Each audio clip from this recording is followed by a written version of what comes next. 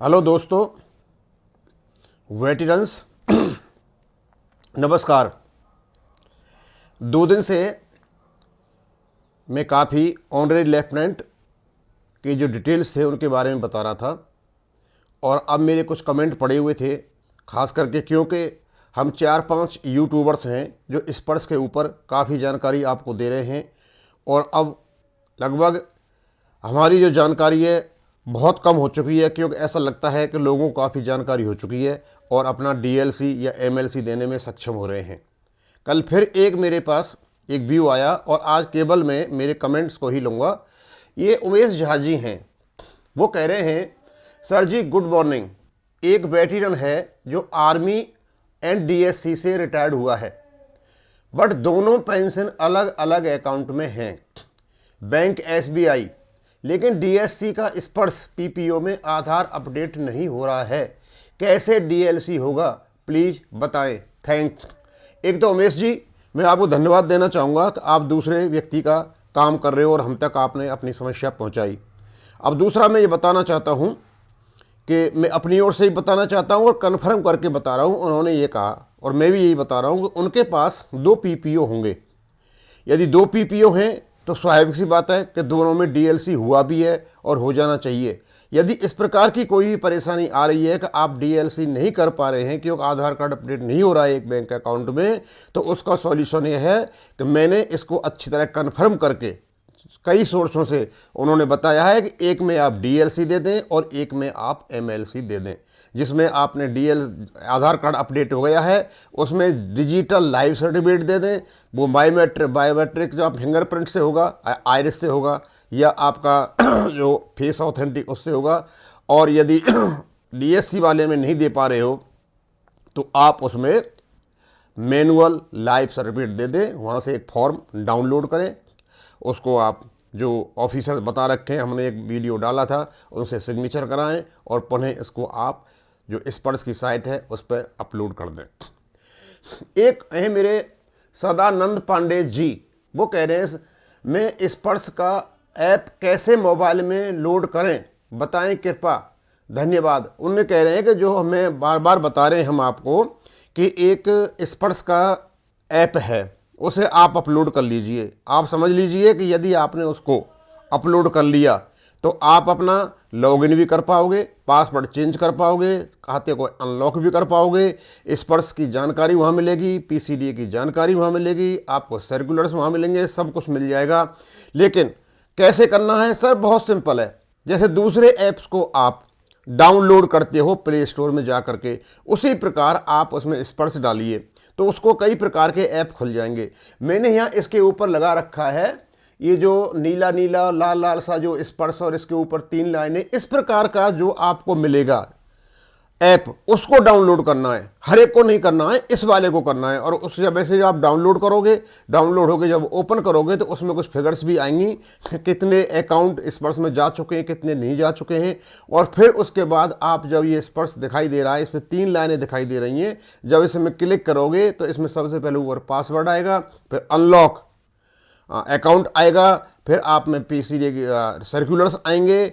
और इस प्रकार आप देखोगे तो ये इस प्रकार का करोगे और बहुत इजीली है। दूसरे ऐप को जैसे डाउनलोड करते हो उसी प्रकार ये डाउनलोड हो जाएगा। एक खीम सुनार जी कहते हैं कि कल मैंने जो ऑनररी सूबेदार मेजर उनका भी कल जिक्र किया था। वो कहते हैं ऑनररी रैंक सभी रैंक का जिक्र होता है, ऑनररी सूबेदार मेजर का कोई कुछ नहीं। सर मैं आपको बताना चाहूँगा कि ऑनररी सूबेदार मेजर का कोई जिक्र नहीं होता। दूसरा है ऑनररी नायक का भी नहीं होता, ऑनररी हवलदार का भी नहीं होता, ऑनररी सूबेदार मेजर का भी नहीं होता। रीजन क्या है कि ये सब लेटेस्ट हैं। उससे पहले केवल ऑनररी जो थे, ऑनररी नेसवार हुआ करते थे और ऑनररी कैप्टन हुआ करते थे। उनके बारे में तो कुछ डिसीजंस हो गए हैं। ये जो लेटेस्ट आए हुए हैं सारे ऑनररी नायक तो पहले भी था, ऑनररी हवलदार तो पहले भी था, लेकिन इनको किसी ने पूछा ही नहीं। क्यों? प्रॉब्लम क्या है कि जिनको पूछा उनका कुछ हो गया, जिन्हें नहीं पूछा उनका कुछ भी नहीं हुआ। ऐसा नहीं है कि आपके बारे में नहीं पूछा जाता, लेकिन आपके बारे में जानकारी ही बहुत कम है। मैंने सिर्फ ये कहा था कि आप चाहते हो कि आपकी जानकारी हो, आपको फ़ायदे मिले, तो एक सिद्धांत बन चुका है। ऑनरेरी रैंक जितने भी हैं, चाहे किसी के साथ भी लगा हुआ है, यदि इनमें से एक को भी पेंशन रेगुलर के बराबर मिल गई है तो वो एक नियम बन चुका है कि ऑनररी रैंक की पेंशन जो रेगुलर रैंक है उनके बराबर हो। तो आप पास नियम है ऑनररी नायब सूबेदार, ऑनररी नायब सूबेदार की जो पेंशन है वो रेगुलर नायब सूबेदार के बराबर होगी। रैंक में उनको कम माना है लेकिन पेंशन के लिए कोर्ट ने उनको बराबर माना है। उसी प्रकार जो ऑनररी लेफ्टिनेंट और कैप्टन हैं उनके लिए रेगुलर कैप्टन और लेफ्टिनेंट की OROP की फिगर दे रखी है 28 से लेकर 32 साल तक। ये दो नियम काफ़ी हैं कोर्ट के लिए। आप कोर्ट में जाएं और कोर्ट में जाने के बाद ही आपका समस्या का समाधान होगा, क्योंकि मेरे पास एक भी ऐसा केस नहीं है शायद कि कोई भी वहाँ गया हो आप में से। हाँ, ऑनररी नायब सूबेदार ने बहुत केस की हैं, अभी तक उनके पड़े हुए हैं। और अभी सुना है मैंने ऑनररी लेफ्टिनेंट कैप्टन के केस भी पड़े हुए हैं, लेकिन ना तो ऑनररी नायक ने कोई केस की जानकारी नहीं है, ना ऑनररी हवलदार ने, ना ऑनररी सूबेदार मेजर ने, ना ऑनररी सूबेदार ने ऐसा कोई केस किया है, क्योंकि केवल ये आप यहीं हो और जो गया है उसको फ़ायदा भी मिला है। और फ़ायदा मिलेगा तभी आपको जब आप इन चीज़ों को आप करोगे, अदरवाइज आपको कोई भी फ़ायदा नहीं मिल पाएगा। तो और एक है मेरे कोई शशि भूषण दास, शशि भूषण दास कहते हैं सर 22 साल का नायब सूबेदार का OROP में कितना पेंशन होगा।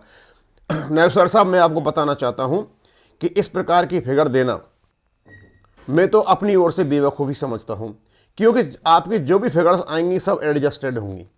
ऐसा कुछ नहीं है कि हम कोई कैलकुलेशन करके बता दें, क्योंकि जो 18 साल 2018 में जो नायब सूबेदार पेंशन आए उनके बेस पर कुछ भी बता दें और वो नहीं आए तो फिर ये यही होगा कि हमने झूठ बोला। तो ऐसी हम कोई फिगर नहीं देंगे, ये सब कुछ एडजस्टेड होगा, क्योंकि OROP 1 में भी एडजस्टेड था और अब भी एडजस्टेड होगा, क्योंकि ये जो फंड अलॉट करेंगे आपकी टेबल के अनुसार नहीं करेंगे, ये पर्टिकुलर फंड करेंगे, उसको एडजस्ट करेंगे। यही पहले OROP 1 में हुआ था। एक श्याम राघव जी हैं, श्याम राघव जी बोल रहे हैं सर हमें ये बताइए कि किन किन लोगों ने जो सूबेदार मेजर हैं ऑनररी सूबेदार किस किस ने केस किया है। श्याम राघव जी, मेरे पास कोई जानकारी नहीं है, आप केवल अपनी ये कंडीशन जा करके वकीलों से चर्चा करें, AFD में उनको बताएं कि भाई जब ऑनररी नायब सूबेदार को रेगुलर नायब सूबेदार की पेंशन दी जा सकती है, जब ऑनररी लेफ्टिनेंट कैप्टन को रेगुलर लेफ्टिनेंट कैप्टन की OROP दी जा सकती है, तो हमारी भी तो ऑनररी रैंक है, हमें रेगुलर की क्यों नहीं दी जा रही है। इसका हम केस करना चाहते हैं, वो आपको बिल्कुल एक्यूरेट गाइड करेंगे। और मैं आपको बता दूं कि आप ये जो सोच रहे हो कि आपको कोई फ़ायदा मिलेगा या कोई संगठन आपको फ़ायदा दिलाएगा, ये सारी की सारी चीज़ें वो इससे भी ज़्यादा हमने DSW को लिखा हुआ है, आर्मी पेसेल को भी लिखा हुआ है, MOD को भी लिखा हुआ है। और ये जो इनकी जो टेबल ट्रांसफ़र हुए थे ऑनररी लेफ्टिनेंट कैप्टन को, जो रेगुलर लेफ्टिनेंट कैप्टन को, इसके ऊपर बहुत बड़ी बहस DSW में मेरे साथ ही हुई थी। CA जैसे अधिकारी बुला करके, उस समय मैडम जो दमयंती थी वो वहाँ सेक्रेटरी, जॉइंट सेक्रेटरी थी, और जब वो कोई जवाब नहीं दे पाए तो अल्टीमेट उन्होंने बोला कि हम इसको बाद में देखेंगे। बाद में कुछ नहीं हुआ, हो जाना कुछ नहीं है, ये चलती रहती हैं, क्योंकि जो अधिकारी हैं वो वही काम करेंगे जो रूल्स और रेगुलेशंस में सब कुछ आया हुआ है। और एक बात बता दूं मैं आपको अच्छी तरह से, हम जो रात और दिन लड़ाई जो विसंगतियों की लड़ते रहते हैं, विसंगतियों को जो है वेतन आयोगों ने एक ऐसा सुंदर परिधान बना रखा है, और सरकार के चाहे राज्य सरकार हो या भारत सरकार हो, इनके जो रूल्स और रेगुलेशंस ने उनको ऐसा कवच दे रखा है कि उसको भेद पाना बड़ा मुश्किल है। क्योंकि हमारी लड़ाई तो सरकारों से है, हम उनसे लड़ाई उनसे नहीं है जिनके कारण हो ये विसंगतियाँ पैदा हुई हैं, जैसे MSP की हुई है, फील्ड अलाउंसेज की हुई है, और जो डिसेबिलिटी पेंशन में जो अंतर है उसकी हुई है। ये सारे के सारे बिल्कुल वेल प्रोटेक्टेड रूल्स रेगुलेशंस हैं, और जो कोर्ट भी डिसीजन देंगे तो वो भी रूल रेगुलेशन के दायरे में देंगे। इन चीज़ों को सुलझा पाएगी तो केवल और केवल सरकार, और सरकार जब सुलझा पाएगी जब इनके पास में कोई इफेक्टिव मैकेनिज्म के साथ में पहुंचा जाएगा। हमारे संगठन बिल्कुल एक दूसरे से विपरीत हैं, 16 से 16 संगठन बता रहे हैं और ये सारे ऐसा पता है कि आपस में एक दूसरे की ये काट करते हैं। तो यही कारण है कि इसके कारण हमारा कोई भी काम नहीं हो पा रहा है। और मैं तो यही चाहूँगा कि जो ऑनररी रैंक हैं, 2 ऑनररी रैंकों पर जो नियम लागू होता है वही नियम दूसरे ऑनररी रैंकों पर होना चाहिए, क्योंकि नियम 2-2 नहीं हो सकते और इसको केवल और केवल कोर्ट सुलझाएगा। क्योंकि आपकी जब पैसे वाली बात फंस जाती है तो उसको केवल कोर्ट सुलझाएगा या कोई भी सुलझाने नहीं बैठा हुआ है। मैं बता दूं आपको कि जो ऑनररी न्याय सेवादार हैं उनका सब कुछ सेट हो चुका है, लेकिन उनका पेमेंट अभी तक नहीं हुआ है। इसका बहुत डिटेल लेटर हमने DSW को लिखा था कि सही प्रकार से टेबल निकाले जाएं, लेकिन नहीं निकाले गए आज तक। थैंक यू, धन्यवाद।